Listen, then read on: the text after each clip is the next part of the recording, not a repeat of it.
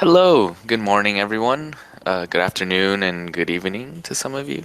Thanks for joining us on this Sunday, and welcome to CGMA Interview with the Masters.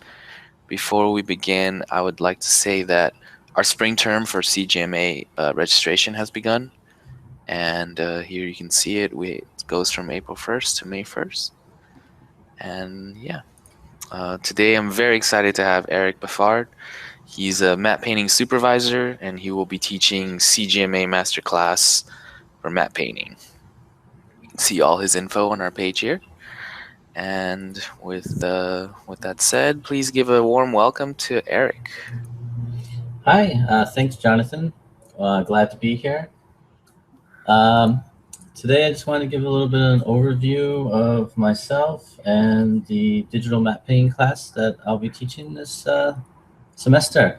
I'm actually taking over for awesome matte painter Anthony, who cannot teach this quarter, so I'm taking over his class. So the videos will be Anthony's, and then the Q&A and lecture portion one-on-one will be with myself. So a little bit about myself. I've been at DreamWorks Animation now for just about 10 years. Started out on a movie there called Over the Hedge as a painter, and been there continuous for basically 10 years. Worked on various films like the Bee Movie, Monsters vs. Aliens, Kung Fu Panda. Then I've gone on and been a lead, and then also a matte painting supervisor there. I was a matte painting supervisor on Rise of the Guardians and How to Train Your Dragon 2. And since then, working on various other projects at DreamWorks at this time. So I just figured I'd step through some of my work. Some of it is obviously animation, and then some of it's live action work that I've done. The class will typically focus more on the live action aspect, but we can also get into stylization. The matte painting, fundamentals and principles are the same. And then basically the class will be focusing primarily in Photoshop. This, if you see this right here, this is Toothless and Hiccup from How to Train Your Dragon. And here's a typical kind of iconic shot from the movie. This movie was a real pleasure to work on. The franchise itself is phenomenal. Dean is a wonderful director. Just where the characters have gone from the first movie to the second, they've all aged. The richness of the worlds and the characters were just a real treat to work with. But here you can see I just painted everything behind the characters, which is the sky and the clouds. And then I did a blooming effect in the sun behind the clouds to really burn through. This was done through, basically the clouds were painted in Photoshop using photography and then painting on top of them. But then we would use compositing software for our projections in Nuke. And then here you can see the burn through of the sun that we're using.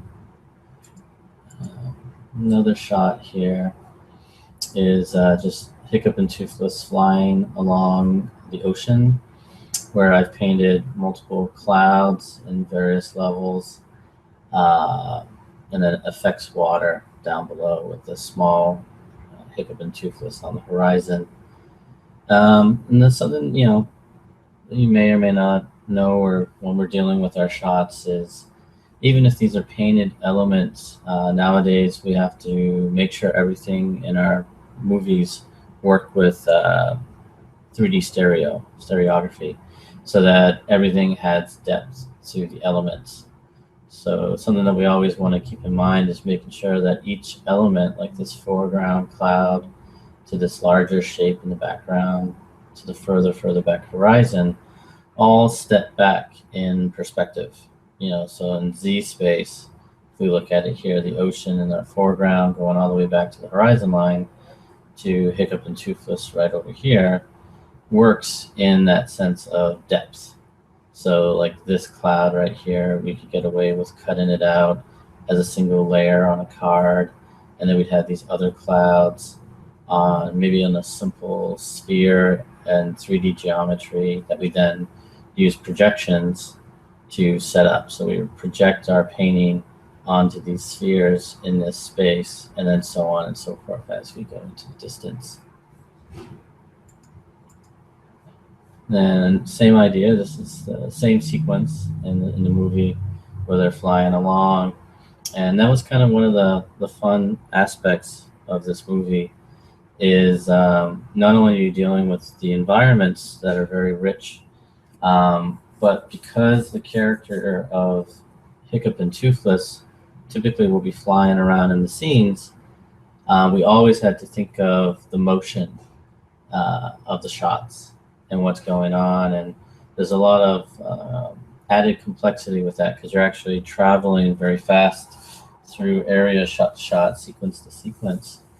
And keeping that in mind, like the stereo aspect and motion blur. And for us also, there's always a constant back and forth in terms of who's handling the shots. Unlike live action where you're dealing with the plate, in animation, we consider the CG element that's lit from the lighting department as our plate. In this shot right here, actually just the characters are rendered. And then there's a mix of our department, matte painting, and then the effects department that renders clouds as well. And we would go between who does what in terms of the elements. And in here, it's relatively hard to see who did what, and that's the purpose of matte painting, to keep it seamless. But if you see right here, this is actually on the screen right, foreground effects cloud surrounded by matte painting clouds, and then matte painting clouds that go beyond. So it's, I believe, like this guy's effects, and then matte painting, matte painting, matte painting to the background. So screen left, screen right. And you're just always constantly working back and forth with other departments. And that's kind of the fun part of our day-to-day work is working in collaboration with everybody. You're not just, if this was an illustration, if you're working, you would just be singularly working on the illustration yourself and maybe checking in with your client. But for us, you're actually in the studio environment, it's always dealing with multiple people's multiple departments and making sure that the unified vision gets across. So let me go to the next image. So this is one of the worlds that Hiccup and Toothless come upon in the beginning of the movie. And here, this is all matte painted. I wasn't able to get a better quality image at this point, but this is all painted. And we basically are using that little piece on the bottom left, you can see a little bit of green. That's the tail end of the shot where that's actually lit, and then everything reveals the matte painting behind. And typically for our usual workflow is we'll ourselves model in 3D the environment a little bit, or we'll get a rough model from the modeling department. And typically it won't be textured or surfaced, and we'll have to do that ourselves if we want to actually render it in the 3D package. And for us, we use multiple programs, typically Photoshop to do our paintings, Maya, if anything modeling wise needs to happen, and then compositing wise, we'll use Nuke. And for us, sometimes we will use a program called Vu to render out plant systems, ecosystems, and environments to get a good base from working from. And in that sense, it's more for dealing with the stylization of a show that can help us get closer to what we're looking for. And Vu is great for that. So in that sense, that's almost like giving us reference photography that we would use from that matches the style of the show. And then speaking of styles, here's some examples of Kung Fu Panda. This is from Kung Fu Panda 1. This is a painting that I did. And this is the fun part that I've really enjoyed working at DreamWorks, is each movie has so many different looks complexity levels, style guides in terms of what the world looks like. And you can see that very evident in Kung Fu Panda.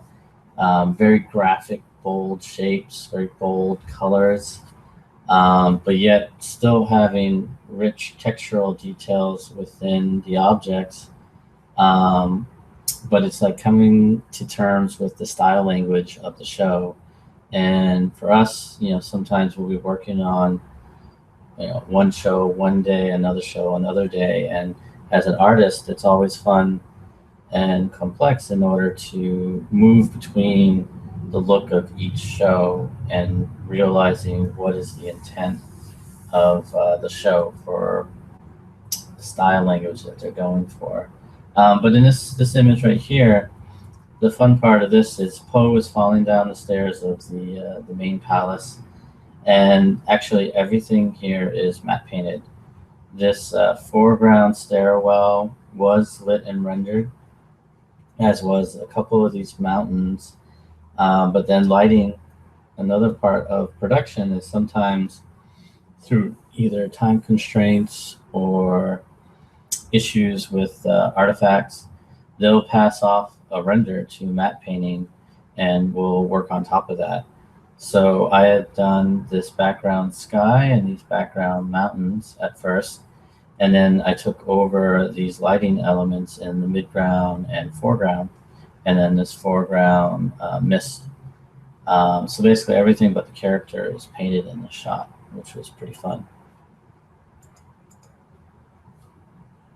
And then here's another shot of Poe with his dad and looking up to the palace mountain up on the hill. And basically everything behind these silhouetted trees, the mountaintop in the background, I painted. And the fun thing of this one is in matte painting, sometimes we're called upon to do environment effects. And in this one, I'm basically painting on and off the lightning strike on the palace mountain. And here you can see, like, I've just animated. Back then we weren't using Nuke. I think we were using our proprietary compositing software. But just basically articulating lightning as it strikes and then having it do an on-off kind of effect, which was fun. And here's another shot from Kung Fu Panda where towards the end of the film, but basically everything behind the bridge and these large foreground trees, this is the Valley of Peace painted, low-lying mist. And this is a good example of when we were looking at the film, typically when we're trying to figure out what's the best and easiest way to deal with this, is how to deal with recurring elements. And then here, the Valley of Peace, we knew we were going to see it multiple times in multiple sequences. And we realized right away, like, well, instead of painting a ton of one-offs for this environment, that we should probably use this and develop it in the program Vu. So these objects, these mountains, were on simple geometry that we brought into Vu, and then had basically in Vu you could populate a species of plants, and we took plants that were very similar to the plants that were in the rest of the film. Excuse me.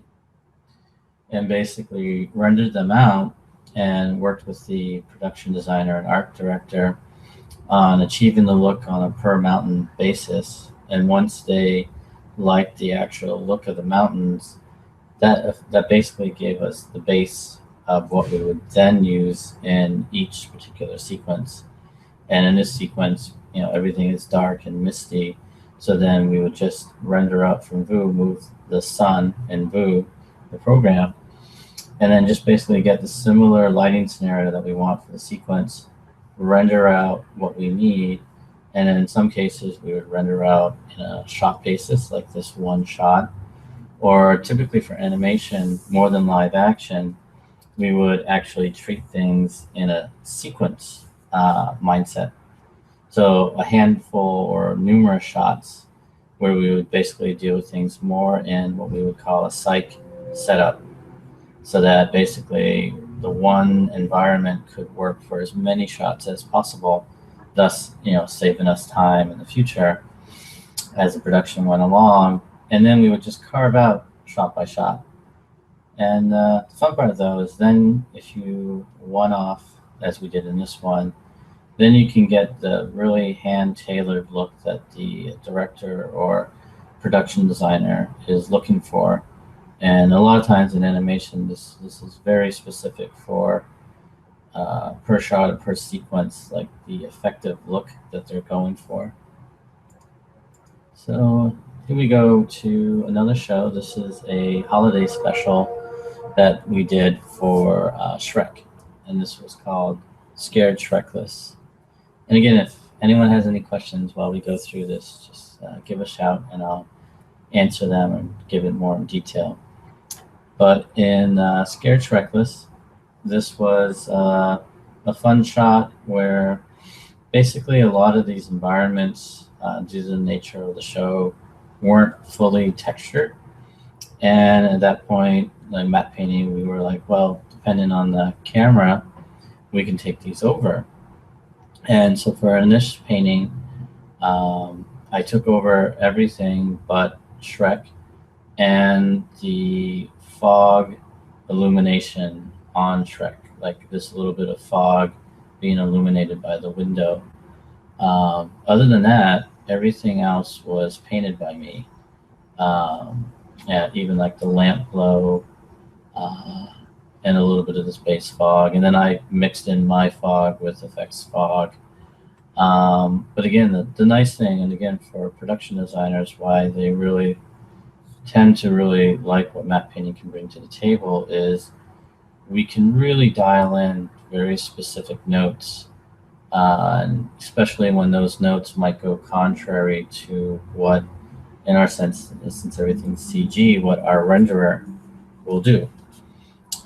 So we can cheat things very, very easily.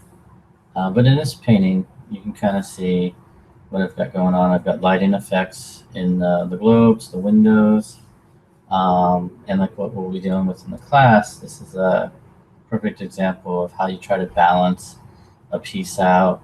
And in Photoshop, I use a handful of techniques I like using paths a lot. If you don't have alphas that you can use from your renders, that you can hand tailor elements that you can do very specific changes to. Like in here, like the art director wanted very specific looks on the mullions and a little bit of the textures on the wood and how they read. But what I did to start this off is I did a very loose texture pass in Maya, and then afterwards, working in Photoshop, dialed those elements in, and then I would bring in textures and put them in photographic textures, and then overlay them, screen them, or multiply them over the painting and paint them through. And then here's a good example of, since this is a render, like the complexity of this banister could make it a little bit tough to generate mass. So I was able to render out an alpha and use that alpha to derive the cutouts, and then add little hints of glints here and there that where the art director wanted for the shot. So it's very fun.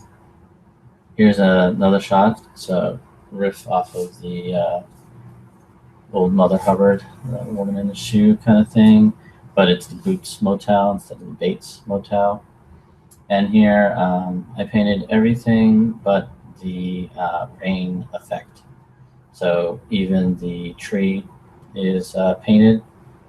And again, Maya rendered mixed with, I believe I used a little bit of Vu as well on this shot.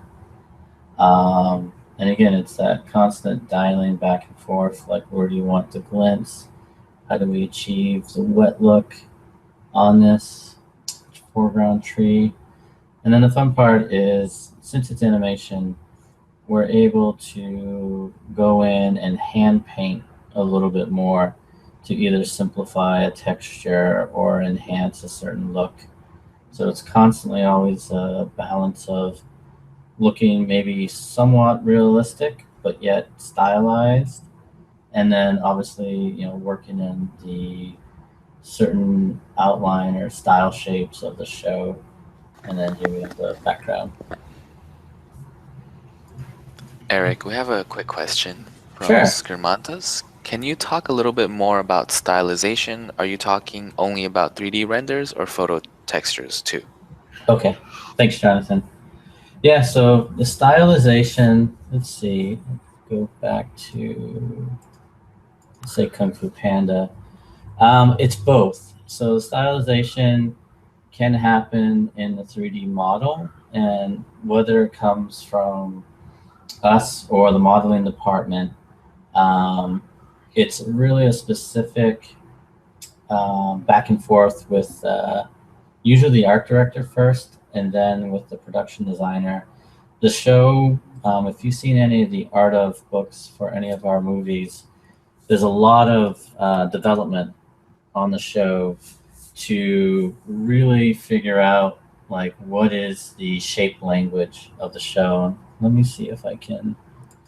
Here, I'll jump ahead. So that's Kung Fu Panda. So here is the B movie, and when you go between, this is from the Shrek, and then this is from Kung Fu Panda, and then if we go to How to Train Your Dragon, it gets a little bit more apparent the subtleties that the form is being defined for the show.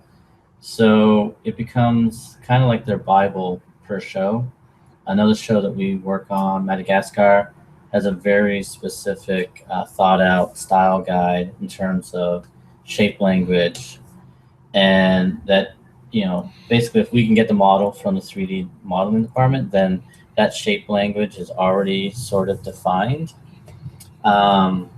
And then when we render, we work on top of that and we deal with it. So it's a little bit easier. But if we have nothing to go by, then it's really it's working more intently with the art director and production designer, make sure that we understand that look. And for, let's say, for Kung Fu Panda and painting, it's taking, let's say, these clouds for me started out as a photograph, but very quickly working with the art director, we realized that they didn't want that. They wanted it to have a much more cut out and background look to it. So I had to, specifically go back and eat out any of the photographic detail that made it stand out and look too realistic. So in some ways that I talk about it, it's kind of, I call it kind of dumbing down the photograph, where you lose a lot of like too much detail that makes it read as real world tangible. And then there's also using curves and adjustment layers in Photoshop, changing the color source to fit. Like this is a very bold orange yellow cloud with a very intense lighter shade in the background, and this isn't naturalistic. But that's what the show wanted. They wanted to have this really rich color palette. So pushing it to that level, and in most cases you could take a photo and manipulate it to that level, but you'd have to push it even more with paint and paint selection of colors to really hit that tone. And then the hard part is if the lighting department is rendering an element and they have to use what the renderer can give you, that's where either we step in or it's always a battle to make sure that the two elements stand together. Hopefully that answers that. Always a push-pull. I mean, here you can see the same thing. Shrek, this is Scared Shrekless again. Nighttime shot of Farquaad's castle. And this is all painted. But what you can see here, even for what we consider the Shrek world to be a little bit more realistic, you can see with the hue palette that it definitely goes more stylistic into the blue, lavender, purple range. versus if this was a real castle at night, you wouldn't go this intense. Everything is very saturated in that color palette. So you're always dealing with, in these shapes, really getting these curvature, clouds in the distance. So you have this hole in the sky repeating and rounding, and then all these supporting buildings, curving at the bottom, the trees pointing up, but everything in this sheet of a shadow across all the castle to basically keep us in this composition as we're going across. And then, there's lightning strikes that will happen in this too that I animated. But it's all to serve the shot. Another angle, less extreme. Low-lying mist. And then again, this is painted clouds with the whole environment. And then this little glint of light in the distance was lighting. Actually, like you could see it move across the shot. Everything else was painted. And I believe in this, I also used Maya with a combination of Fu. But really, like, that ends up being like maybe 30% of what this painting started out as. It really ends up being heavily worked on top in Photoshop, manipulating the forms and painting, various levels of mist and getting the clouds to read for what they want for the show. Going back to style, this is another shot within the Scared Shrekless. I believe this was a flashback montage with, this is Gingy, and in this flashback they showed that he had a girlfriend. And everything in here besides the characters and the pie and the malt shake ended up being matte painted. But that being said, all these objects were modeled by the modeling department, and then I took them over and basically textured them loosely in Maya and the background as well through simple colors, and then painted on top of it. And even this foreground tabletop was painted as well, like lighting. I think had trouble with it being at the oblique angle, so I just did a light treatment on it. But everything back here, and again, this is the fun part of the show sometimes, is how do we get this candified look to this environment and read believably. It was pretty fun. It was difficult because this is supposed to be kind of more like chocolatey seats with a candy cane, waxy, glossy tabletops with these like little beaded sugar candies, the ones that are on the string, and then lollipops, gumdrops in the background. Again, very surreal in that sense, but very fun to try to paint. Now, if you want to take it to another extreme, this is a Photoshop painting that I did. And again, this is going the other way. Instead of animation, this is more live action, realistic. And this is a complete photo montage manipulation. And then what I wanted to do in this is to create a mood in the painting, so to really feel this distant castle starting to catch light spilling over into the environment. But at the same time, I wanted this kind of murky, moody overcast as it goes back, like there's a storm brewing over here in the distance in the screen left to mid-ground. But on the screen right, you would see a little bit of hope that light is starting to stream through and have fun with this. Light just bleeding through. And this was just a personal piece that I did for fun. And yeah, and I say, like, the interesting thing with this piece afterwards is you never know what's going to happen when you do a piece. And I posted this on my website, and a publisher in Germany contacted me, and they really liked the piece and the evocativeness of it. And they had a book out in Germany that they wanted to use this as an illustration cover for it. So that is something that I think is interesting for what we do, is and the nature of the web now that so many people can see your work, and even if it's a personal piece, it can either lead to another job that maybe is similar to the format of what you did, or that piece can actually be used in another format like illustration or advertisement. So I think leaving yourself open and doing projects for fun on top of your work, or just to break away. Like the other thing is, since I work mainly in animation, it's fun for me to work in a more realistic fashion, just to break out of that mode. Here's another piece. This one I did several years ago. This was a fun piece where this is, I took photos out in San Francisco when I lived in San Francisco of this old theater, the Alexandria Theater. And I just wanted to create a more evocative, moody, dark night. But this one's fun in the sense of using base, photo of the Alexandrian and these buildings, and took other photos of buildings on the other side, and then I collaged them together.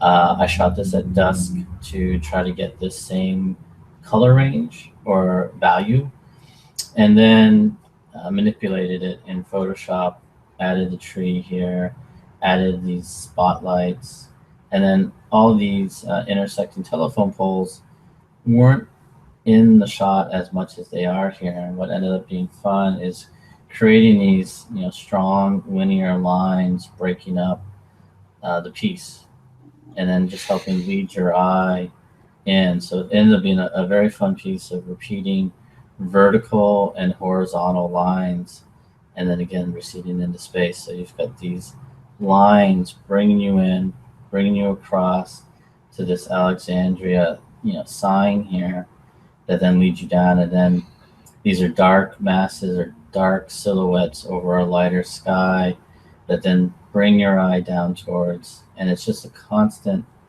movement linearly across.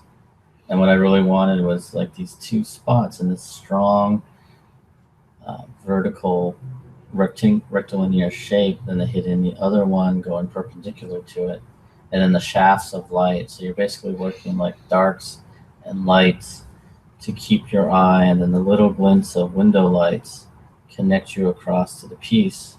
And if you look at the value range, they're just there as accents to kind of guide your eye as you dance along the different windows, and almost like music, if you think about it, it keeps peppering across until you get to the major statement, which are these two large spots that are heavy next to almost pretty much the darkest dark right here, or mass of shape that I then did a little bit of backlighting on. And then this last telephone pole. And then we don't know, this is kind of what I consider more theatrical lighting right here, is what is this causing this bright light that casts across the roadway here. And I kind of think of it as, it's kind of hard to actually tell the year of this piece as well, except for the lights. It's illumination, and these spots might get away. But is this the 1950s? Is this the 60s, or is it present day? But is this a car that just turned on its lights, this, high beams, if you want to say, to create these shafts of light? And what's going on back here? So you're trying to create a mood and tell a story in a piece. And even though this is an older piece, this is still one of my favorites. Another live action piece, Rome, photo collage of various temples, and to make my version of Rome.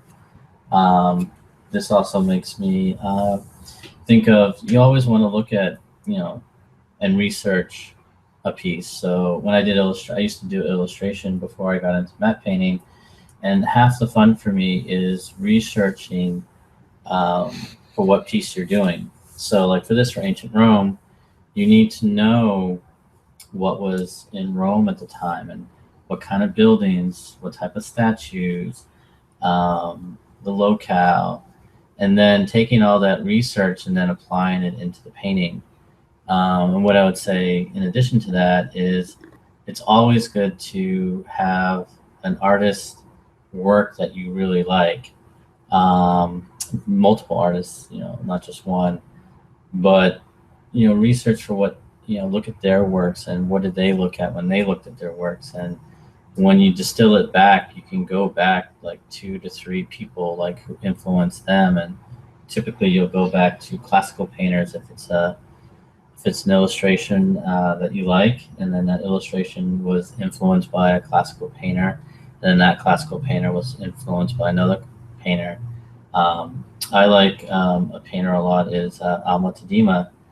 He did a really great piece called Spring that's over in the Getty.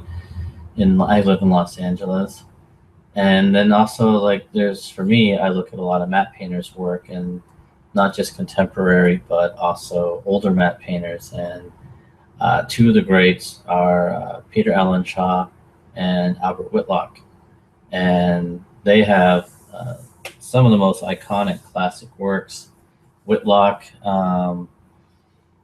did, even though, again, like you'd be surprised with the projects, but he did a Mel Brooks film, History of the World Part 1, and they go through different time periods. But in that, he did a gorgeous ancient Rome painting, and he treated it with as much depth and skill, even though it was for a comedy, as he would for a drama.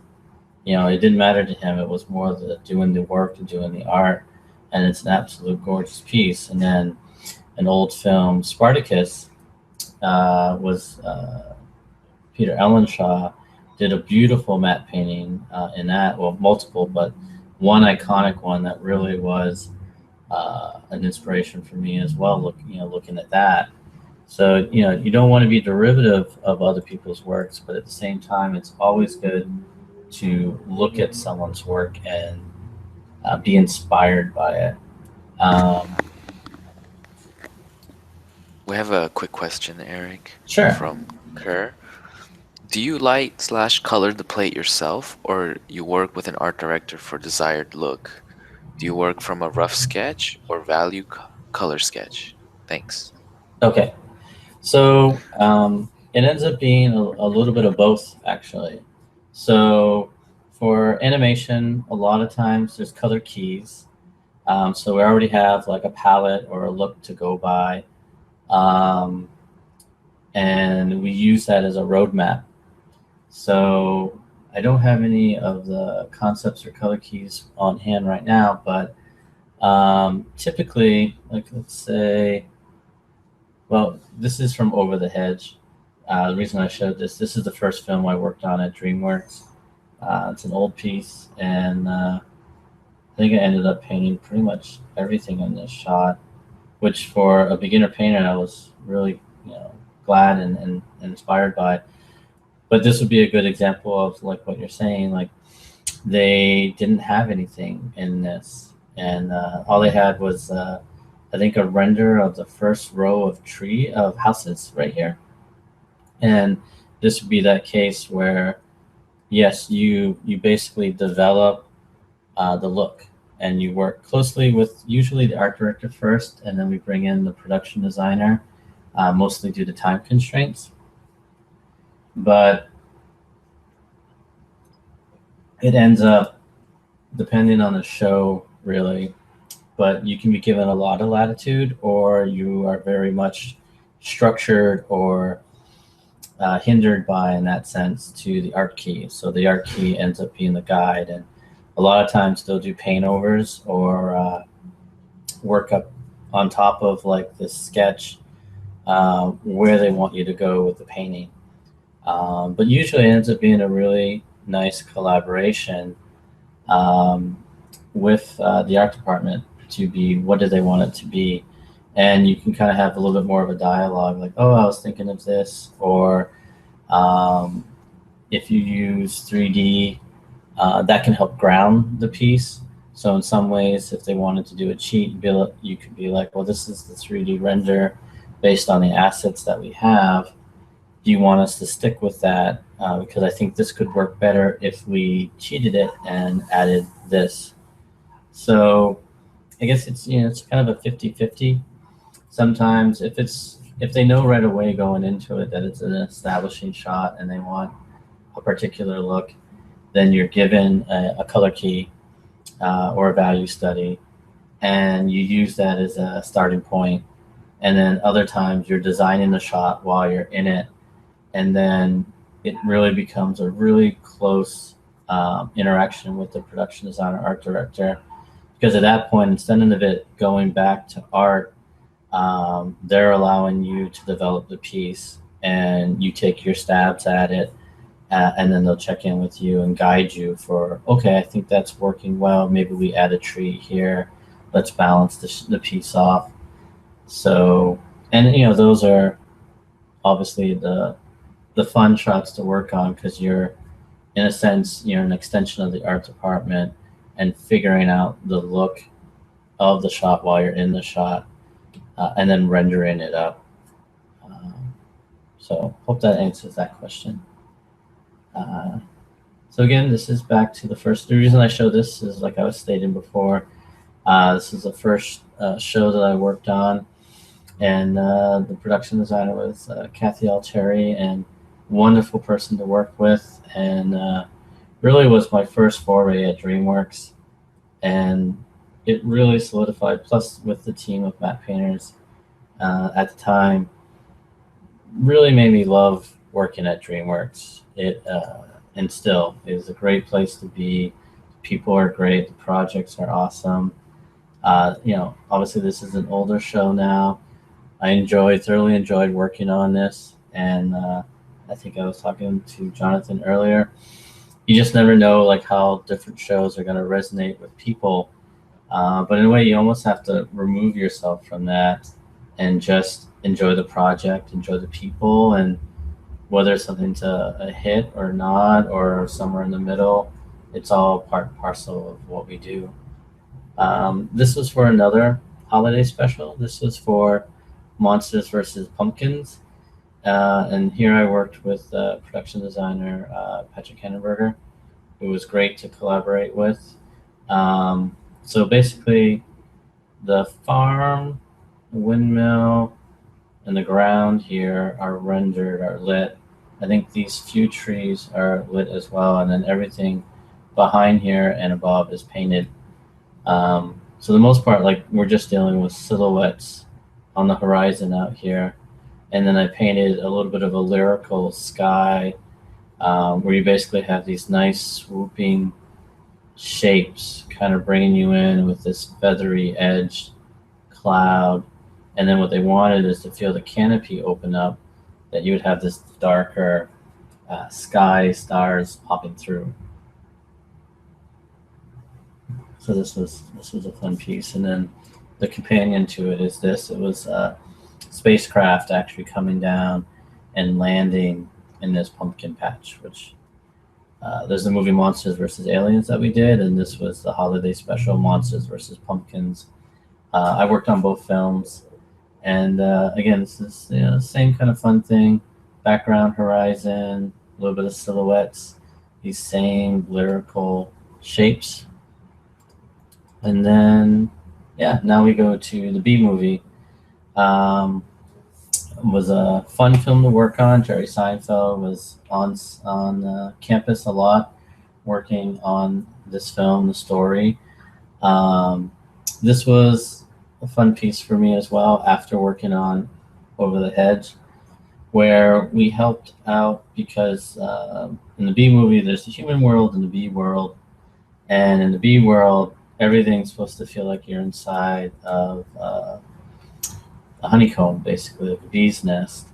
And they have all these like worlds, which is kind of got this waxy, translucent, transmitted light element. So in here, these are all the land the bees live in, all these like little like modular apartments, like huge apartment complex within it. But what ended up happening was it was just too much to render in the screen. So we had the geometry of these honeycombs with these little alcove balconies that myself and another artist, Paul Duncan, ended up painting all these little different like shells. So everything back here, all these circles, all these little holes were painted. And I did a base render out of Maya, but really a lot of this is hand painting. And again, using masks to do these little rails, getting these little glints, these little gleams. A lot of, lack of a better way, tedious work. But once we did it, and we did these on a huge projection setup, which was basically a 6 camera cubic shape that we then projected, so we would have the whole interior honeycomb of these back balconies rendered in large swatches that then we could detail up, and then worked for most of the sequences. And then in this case, we would take that setup render, and then here I would do a new projection, and we painted on top of it as a one-off. So here is where you would say this is where you do a lot of the cheating, and we would, by the art director's guidance, figure out the colors and stylistically to get this kicker of a nice light violet coming through on the underside of some of these banisters, these little porches, and then it goes into light and you get this nice warm yellow orange glow back here.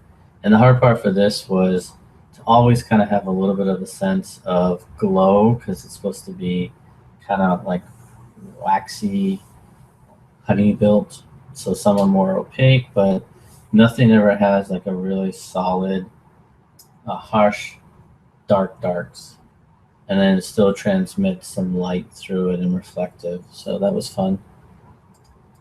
Another case, you can see how many there are, tons of little honeycombs, and then also getting this sense of light transmitting from behind, radiating out. So if you think about it, like this is where the sun is actually out, and then it rolls off, and you kind of get that undulation of the form of the honeycomb, and then here we have a foreground banister. So everything behind the rail we painted on top of. So in this I painted all these little things, and this is what I mean, this little bit of transmissiveness. Mike Hernandez worked with me on this to consider it like it transmits lights through here, and you get this nice little highlights, and then goes a little bit thicker into thin. Was a really good, good experience. Let's see, and then you go back to this. This is the Monsters vs. Aliens movie. Fun little movie.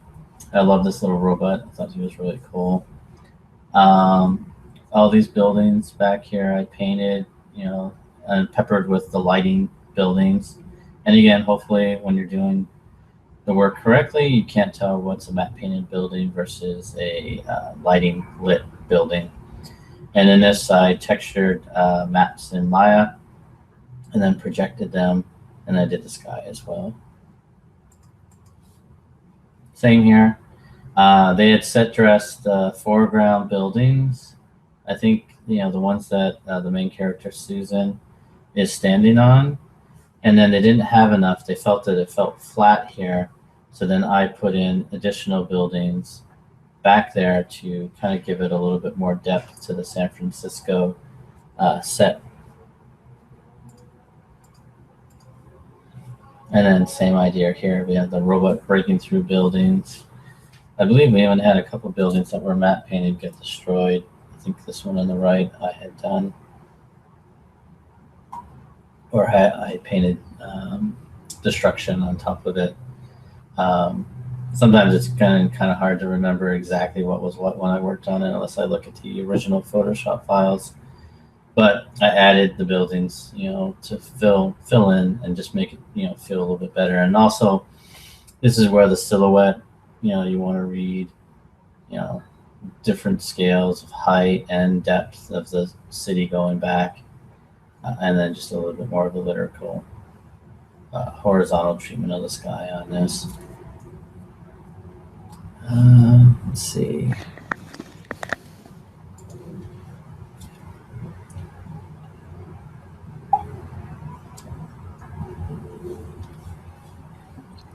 Guess that's going to go through I have a quick question for you, Eric. Sure. You mentioned all these softwares like new 3D programs like Maya, View, Cube. With all these different softwares, would you say Photoshop is enough to just do matte painting currently? Yeah, I would say. I mean, I think the biggest thing, and we'll deal with it mostly with this class. Photoshop is your key program.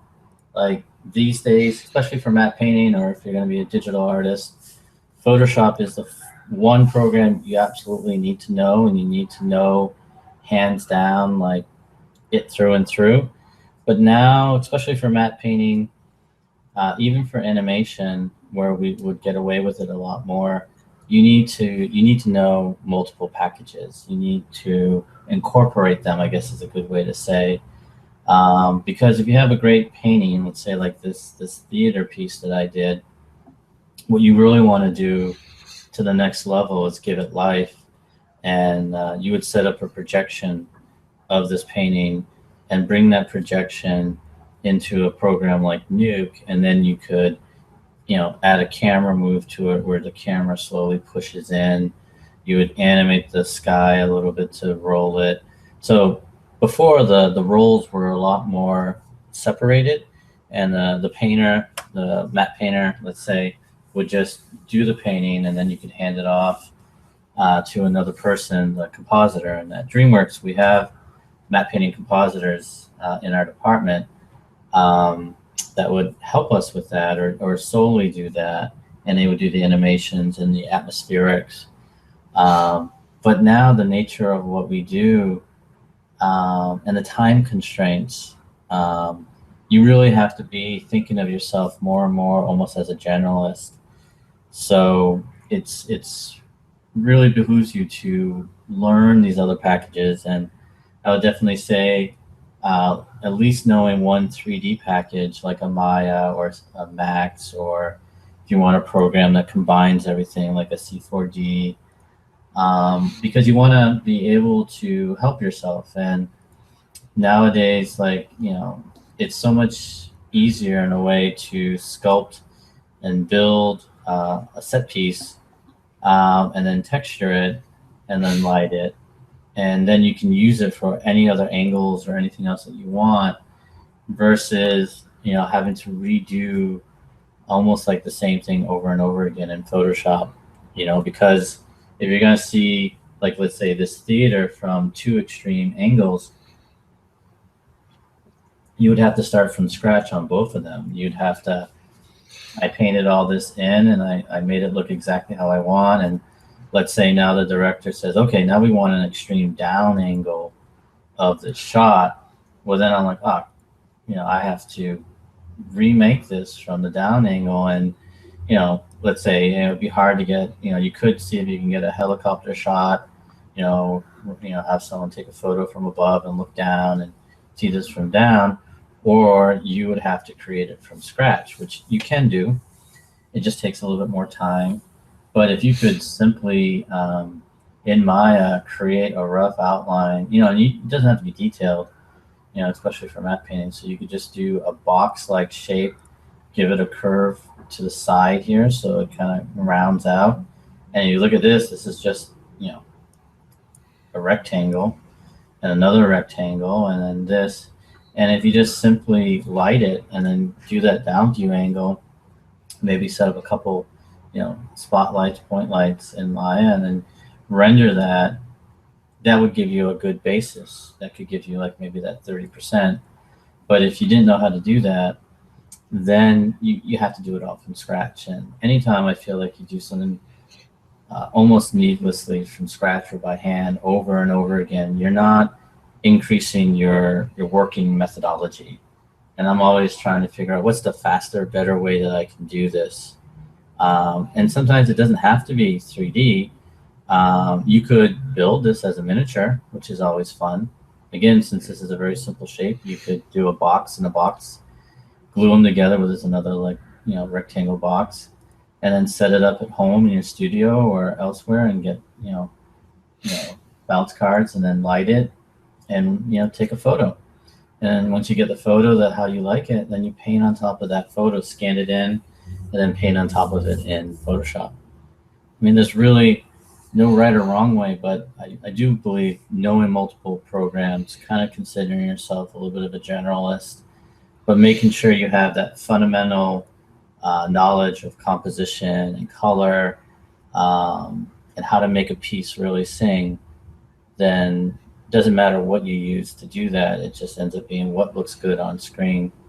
And we'll go over a lot of those techniques in the class, strictly from the Photoshop side. But always keep in mind and look at other classes and other people's work. And I'm always looking to tutorials, even to this day, because even if it's just one little new kernel of knowledge, it's just anything that can make you grow and learn as an artist is worthwhile.